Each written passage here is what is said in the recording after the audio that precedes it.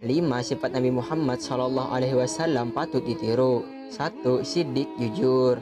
Kejujuran Nabi Muhammad SAW tercermin dalam perilakunya sehari-hari. Sejak kecil hingga dewasa, beliau selalu berkata jujur dan mustahil berbohong, baik sebagai utusan Allah Subhanahu wa Ta'ala maupun sebagai seorang pedagang pada masanya.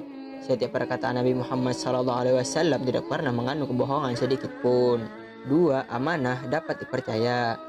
Nabi Muhammad memiliki julukan sebagai Al-Amin yang artinya dapat dipercaya. Sifat ini tentunya berlawanan dengan sifat mustahil yang ada dalam diri Rasulullah SAW, yaitu khianat. Tidak mungkin seorang utusan Allah Subhanahu wa Ta'ala menyimpan dan memiliki sifat khianat. 3. Tablik, menyampaikan. Selama hayatnya, Nabi Muhammad SAW terus melakukan dakwah, menyiarkan agama Islam dan menyampaikan firman-firman Allah Subhanahu wa Ta'ala yang akhirnya terkumpul menjadi Al-Quran, pedoman bagi seluruh umat manusia. 4. Fatonah, cerdas.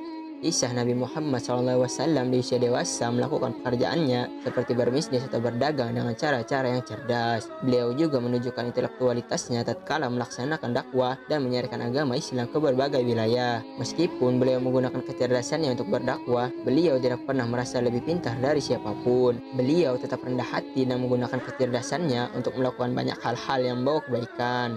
5. Tawadu, rendah hati. Sifat mulia ini tercermin dalam kehidupan sehari-hari Nabi Muhammad SAW yang tidak pernah menyombongkan diri meskipun beliau merupakan utusan Allah Subhanahu wa Ta'ala. Beliau juga bersikap rendah hati pada siapapun tanpa memandang status sosialnya. Ketika menghadapi cobaan hidup pun, Nabi Muhammad tetap menunjukkan dirinya yang rendah hati dan selalu ikhlas menjalaninya.